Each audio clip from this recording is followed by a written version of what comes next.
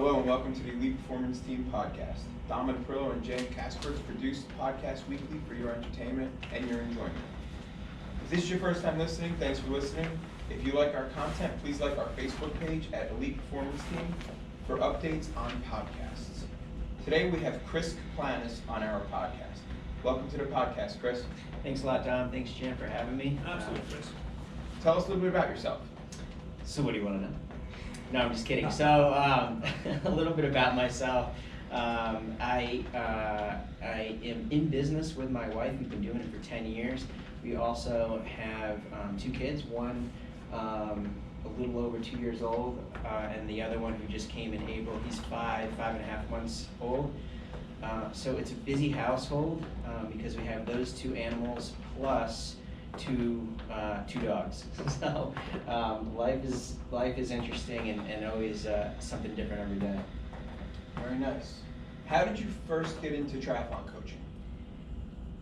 That's a really good question. So I've been an athlete really my whole life, and you know, my dad was a pretty well-known football coach in the area where I grew up.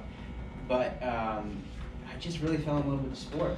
And from there, you know, I met Elizabeth while I was at a training camp, and she was a guest speaker as a coach. And one thing kind of led to the next. I wasn't exactly having fun sitting at the desk all day at a regular desk job. I had to kind of get up and move around. So I figured, you know, what's better than trying to help people, you know, do what they love and achieve the dream and their goals. So coaching has always been a part of my life, and I figured I'd just pair it with, you know, the sport that I love as well. That's excellent. How long have you been doing triathlons? So that's a funny question because I started my first triathlon when I was 16. I'm now 35, but I didn't finish it. Okay, so my strength coach for wrestling and football is my background. My strength coach for wrestling convinced me to get into this particular race. I thought that since I could run a 5K and I just passed my lifeguard certification that I would be fine, right? And I knew how to ride a bike, of course, except that's not really the case because what I thought was swimming wasn't really swimming, and I got pulled out before even halfway through the 800-yard swim. Oh, wow. So I started my first race when I was 16. After that, I was so upset. I said I would never do this again, which was kind of the wrong mindset at the time. But fast forward to I graduate college. You know, I'm working in finance, sitting at a desk job, and industrial league softball just wasn't cutting it for my competitive sort of spirits and nature. So I was like, let's give this triathlon thing a try, and that's when I began to really learn how to actually swim, you know, other than the backstroke and the side stroke. And then from there, it was kind of just one thing led to the next. I started to do well. I really liked it, and away we go. Where was that first try? Was it an ocean or was it a lake? It was in a lake. It was in a lake, and it was a nasty lake. Yep. It was in Lake Warramog, Connecticut. And I ended up getting pink eye from it because I don't even know if the water was safe to swim in. Sure. But everyone swam, and I got out. I finished my first race. When I got out of the water, I said to myself, I'm never going to do this again because it was the hardest swim that I had ever had. I wasn't exactly a proficient swimmer at the time. So I know where people are coming from when they want to get into triathlon, but they're struggling with their proficiency when it comes to swimming because it tends to be the biggest barrier for the sport. Yeah, fear of drowning, yeah, absolutely. And that's the thing, everybody thinks they know how to swim until they have to swim.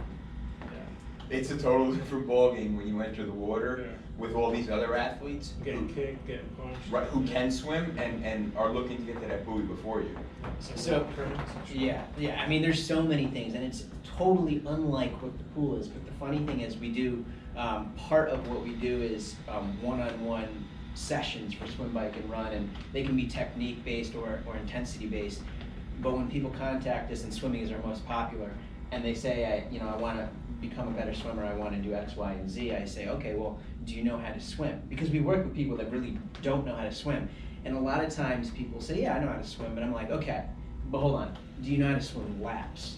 Right, huge difference. Huge difference, you know. Huge difference. Swimming at the shore or in the lake, or, you know, being able to not go under the water and drown is one thing, and then swimming laps is a totally different thing. And that's the mistake that I made when I was doing my first race at 16. I could swim, but I couldn't really swim. Yeah, so that you were a lifetime you do swim coaching?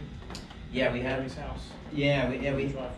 Yeah, we have a little agreement with Lifetime Fitness in Montvale, and so yeah, swimming is it's just one of those things. But honestly, it's challenging because you have to be patient with yourself. But if you're patient, you'll be able to become proficient, you know, with a little help. But it's just, are you ready to take on that sort of process? It's funny because I have a little bit of a similar story. I was signed up for a marathon. I was going to run my first, I'd run a half marathon, signed up for my first marathon. A friend of mine was like, you got to do triathlons. He said, you got a bike, you know, whatever. I was like, okay. And I figured, I mean, it's 400 yards, right? I can swim that. That's no big deal. Down in Long Branch, New Jersey, one of the War at the Shore ones, right? So I get in the water and I swim out. And in late September, so the currents are really, really nice. And I turn to go around the buoy and I feel myself being pulled outward. I'm not a good swimmer. Wow, did the panic set in. So I held onto a kayak for a minute, regrouped. I just put my head underwater and swam like you would swim across a pool, right?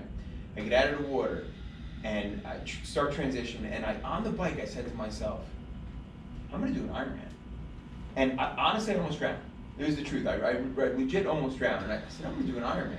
Well, then 4 years later, I wound up doing my first Ironman. You're a better man than me, because when I got out of the water, I was like, I'm never doing this again. And the funny thing is, when you get into doing triathlon, I recommend you doing your first race being a sprint, which is the shortest, but you hear a half a mile swim or 400 yards or 800 yards, and a lot of times beginners don't have a concept of what 400 yards are, 800 yards are, or what a half a mile is, because it doesn't sound like it's very far. But when you don't know how to swim, it is a struggle. Absolutely. So Chris, what exactly is RTA? Yeah, so good question. We get this all the time. So RTA, it started off as Ridgewood Tri Athlete, but we've sort of rebranded it as RTA Triathlon, and really, it's a community. I mean, that's what it boils down to. We're a coaching organization, but also a triathlon club. So everyone that we coach is in the club, and the club has about a good 30-mile radius from sort of Ridgewood, but it expands beyond as well. So everyone that we coach is in the club, but not everyone that is in the club is someone that we coach. So there's people in our group that work with other coaches and whatnot, and that's fine. We're just sort of building a community. The idea with the club is to make a team sport out of an individual one. Just because, you know, success is contagious, and being surrounded by other like-minded people really benefits the athlete, no matter what their goals are. And then, of course, our coaching organization, that's sort of, you know, our bread and butter, and that's what we started first, whereas the club sort of grew organically from the coaching. And you know, and the coaching aspect, we of course write training programs and plans for people in preparation for whatever their goal race might be. And we also work with people, you know, on a one-on-one basis for technique. You know, I want to become a better swimmer, or I hate running, but I have to run for the triathlon. How can I do it better? So. And the cool thing is too, you also, besides just like coaching, like locally, like everybody does the IRONMAN ride, and you swim in Oakland and at Lifetime, you also do camps. We do camps, and camps are actually a big part of what we do. We do 4 camps each year, 4 destination camps. We start with a camp in Florida in the beginning of March, which is always the best because you're swimming, biking, and running in South Florida when it's nasty and miserable in New Jersey. And then our 3 other camps are in Lake Placid, and both venues provide just an exceptional sort of area and venue, if you will, for training. But I think that the best part about the camps is when the other campers meet one another, and when you're submerged in sort of that swim, bike, and run environment for the 4 days that the camp is. There's just so much to be learned. Confidence typically goes through the roof for the athletes, and it's just a fun, I mean, because we do, you know, bust our butts and work hard at these camps, but we have a good time. and and all the campers have total access to the coaches to ask whatever they want to ask, and each night we'll do a seminar or some type of topic. So it really is a learning experience just as much as it is a physical one. Where in South Florida? So it's actually in Pompano Beach, Okay. which is south of Boca and just north of Fort Lauderdale. And You so have- we, You have a pretty big representation there in Lake Placid too. I believe your world headquarters is located in Lake Placid. yes, our world headquarters is located in Lake Placid. That is actually where my wife Elizabeth and I met, and we also got engaged in Lake Placid. So it's a very special place for us. We have a townhouse up there, and in fact, we're going up there tomorrow for a few days. So we call it our world headquarters. You got a big representation there over at the World Triathlon Championship in Wyckoff too every year. You guys have a pretty big representation too. Yeah, so we had a really big presence at Ironman Lake Placid this past year, our biggest by far. We had, I think, 32 athletes from our group start the race, which again was the biggest by far. And then at Wyckoff, for the Wyckoff Franklin Lakes Tri, we generally have 30, 40 athletes. And those are part of what we call our team races. So again, building the camaraderie, making a team sport out of an individual one. Each year we have a series of team races that there's nothing more than us as the leaders of the group, my wife and I, just promoting these particular races so that we get a big presence. And when there's more people from the group there, it's just a lot more fun, whether you know the person or not. It also helps relax everybody too, especially if it's their first sprint and they're doing Wyckoff. It makes it easier for them, gets their nerves to relax, or the majority of people do their first Ironman in Lake Placid from around here. And Yeah. if they're with you, it just makes it a lot more comfortable. I see you guys cheering people. I've actually seen you, I think, in a Speedo running up and down the street, encouraging people. That's a true story. Yeah. I'm starting to get a reputation for that. Yeah, there's a big hill in Lake Placid at the end of the bike course. It's called Papa Bear, and people generally line up on that hill like it's Tour de France. And in order to spice things up a bit, I have a tuxedo Speedo that comes out once a year, and I run our athletes and really just anyone up that hill. So I kind of get my workout in for the day, but also provide a couple laughs and some motivation for everyone else. That's excellent. If you're not having fun, there's no point. Absolutely, Right? couldn't agree more. And some people get a little annoyed. I see like the eye rolls like when I'm standing there, but for the most part, people just laugh, and I'm like, you gotta laugh. You gotta have fun. Chris, tell us about your mindset, just in life, like your current mindset. Yeah, so that's a really good question, and I love learning of other people's mindset as well, but mine is really one that if you're not pushing yourself, if you're not learning new things, if you're not challenging yourself, in short, if you're not moving forward, you're moving backwards. So the moment that you feel like you know everything, the moment that you think you have the answer for everything, or that you've made it, is the moment you start to sort of go backwards and digress. So always learning from others, because I certainly don't know everything. Just trying to become a better version of myself. And that's what I try to challenge our athletes and the people that are around me to always try to make it a version 2.0 of yourself, or how can I become a better person, and in whatever it is, life, family, sport, it doesn't matter. I definitely agree with that, and I agree with surrounding yourself around people that are going to make you a better version of yourself. For example, him and I, when we get a break, there's a conversation, and there's a guaranteed I'm learning something more medical.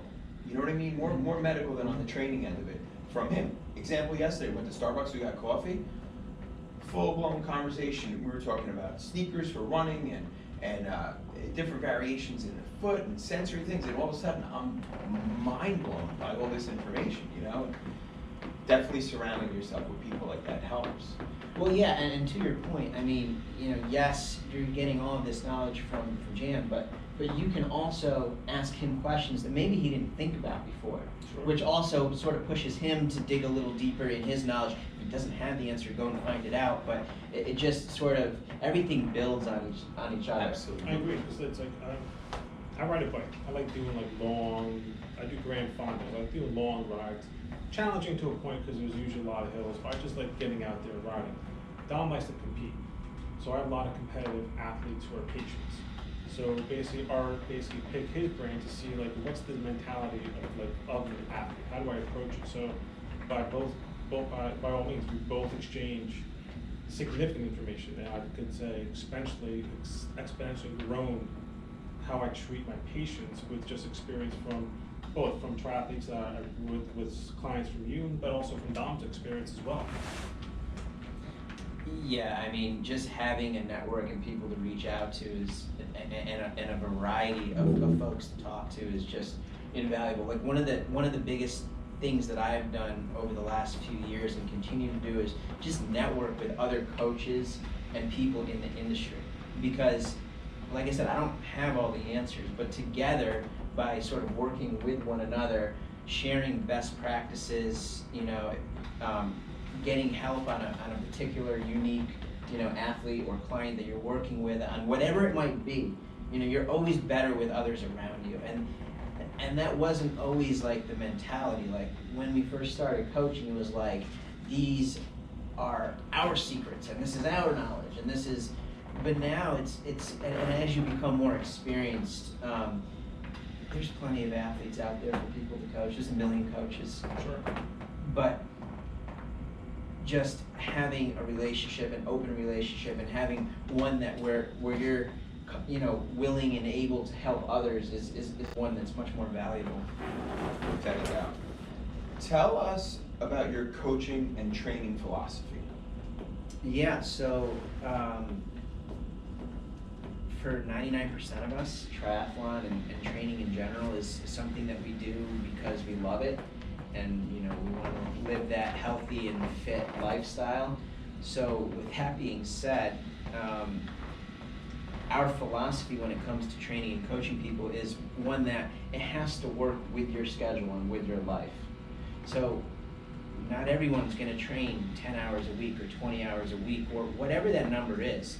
It has to fit with your schedule. And if it doesn't fit, how can we make it fit? So we're not creating any extra hours in the day. We're just trying to figure out a way to make it fit with your lifestyle and your other commitments that are probably more important than triathlon. Yeah, we were having a great conversation before we even started the podcast in regards to one of your clients that you're working with who's got like a 2-year plan to do an Ironman, and how you're basically planning and strategizing how to incorporate this because he's got a young family as well. You don't want to basically ruin relationships. So that's something you don't really hear from coaches, because you were also mentioning there's more than enough athletes out there. But sometimes people, they want to get their client, get their athlete, bill for their services, and then not really, and basically kind of disregard their relationships. So that's actually an excellent philosophy. It's basically just focus on not just the goal, but how is this going to be incorporated in their entire life, and how it's going to affect their kids, how it's going to affect their spouse. Also work too, because if you're training for an Ironman, that's an enormous amount of hours got with it. A huge amount of time. Yeah, it's really just a global approach, and how can we work this into the athlete's life from a global perspective? Because if it doesn't fit, other parts suffer, and we don't want to be the reasons why other parts of your life suffer. That's no good. Do you see a lot of athletes try to jump to the big numbers? So, for example, I haven't even done a sprint, and I signed up for half Ironman. Right. Do you see that a lot? We do. There's a lot of people that go from 0 to 60. I mean, triathletes in general are super type A people. Right. In a perfect world, I would recommend giving yourself, a 3-year sort of plan. Yeah. Start with sprint and Olympics, then do a half or 2, and then, finally your Ironman. And of course, that year that you're going to do Ironman, add in an Olympic or a sprint and a half prior to that race that year. But in a perfect world, you want to have a multiple year build up to that, so that your body can absorb the fitness, your body can take on the training required to go the longer distance.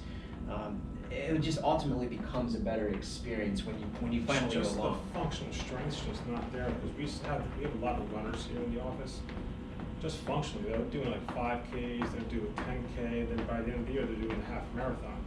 Or then we'll get the type A who wants to do a marathon, or then we'll get people doing like 3 marathons in a year. That's a lot of functional strength you need. And if you're in this one plane constantly and you're fatiguing because you went from a sprint, and the amount of endurance and fitness you need for a sprint is completely different for a marathon.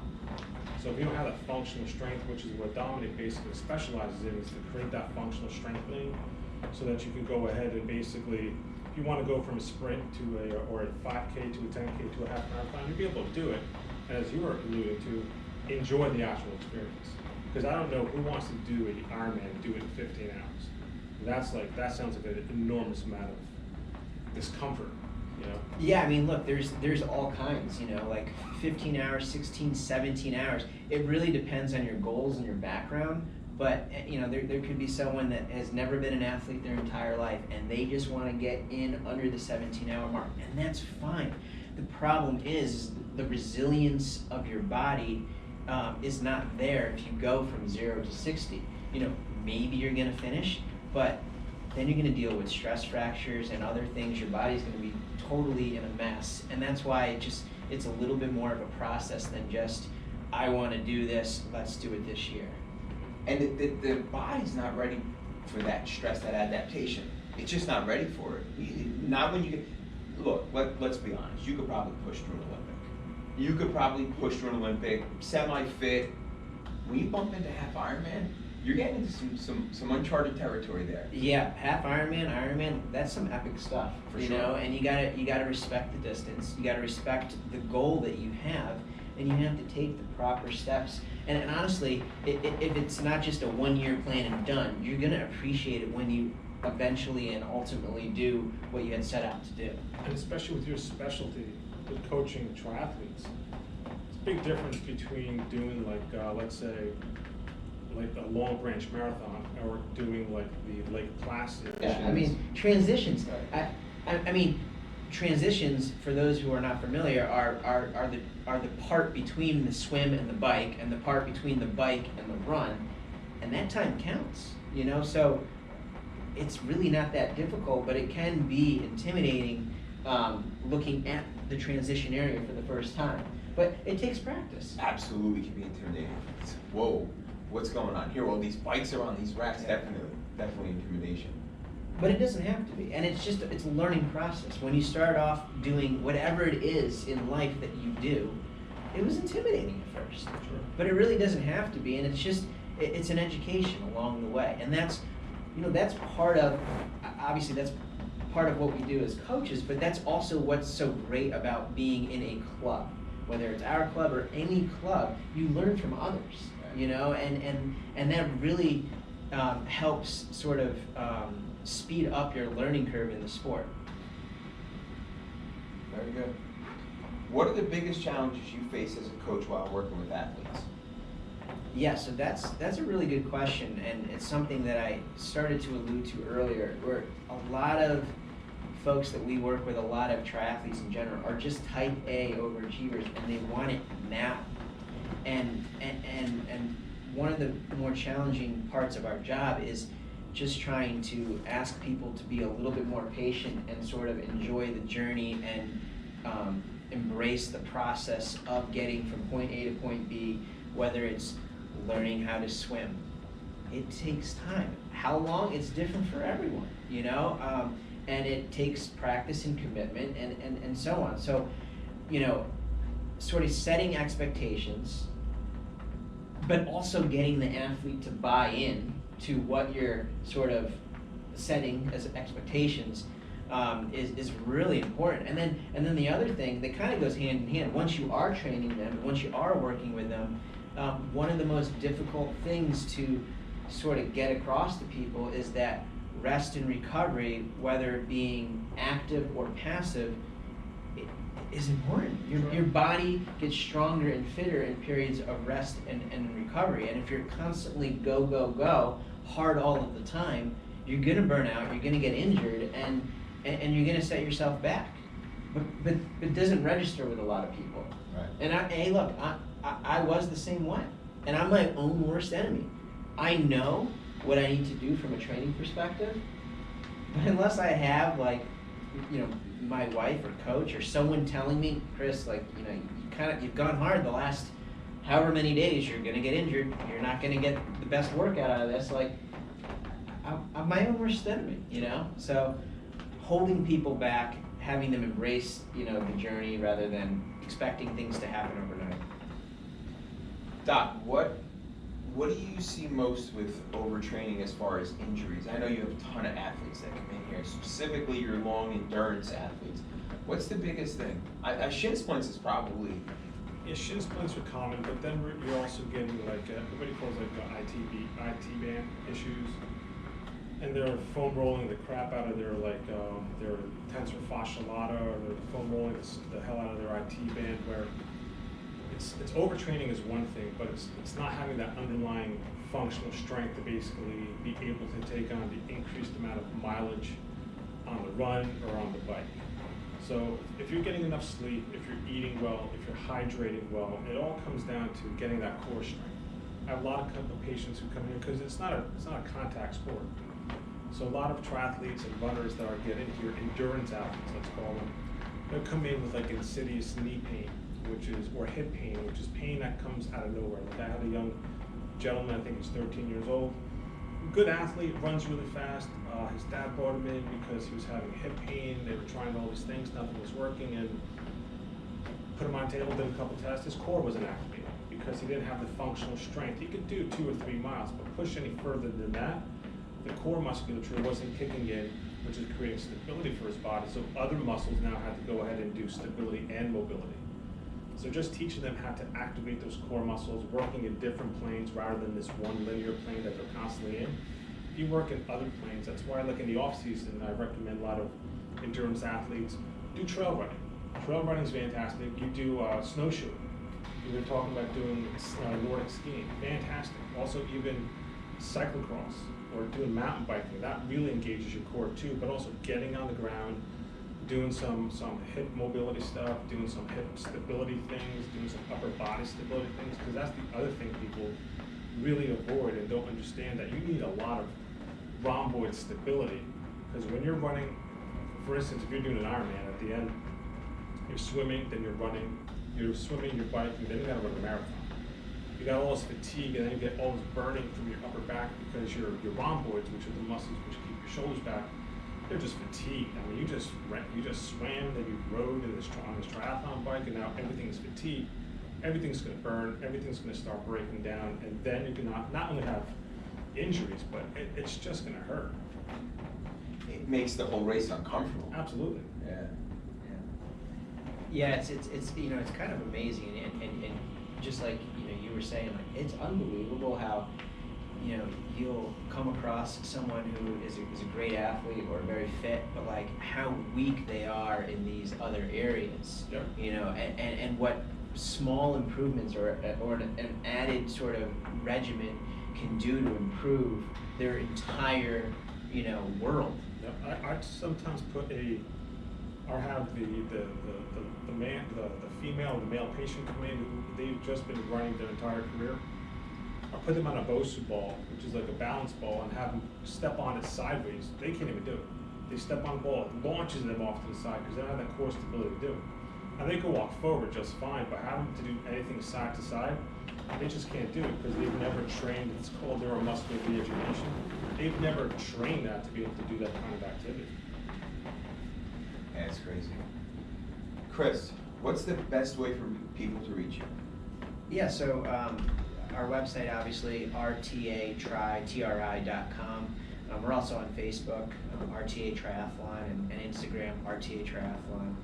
But we're pretty active on social media, and our website's being updated on a regular basis, so that'd be the best place to find us.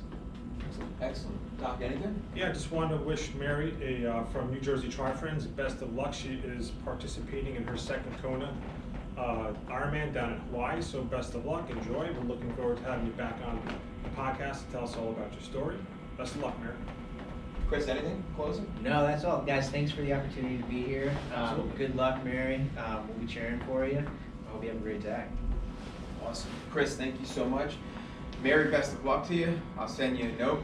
If you enjoy our podcast, would like more information, follow us on Facebook, YouTube, and Instagram at Elite Performance Team. Our podcasts are also on iTunes. Until the next podcast, train your body, train your brain.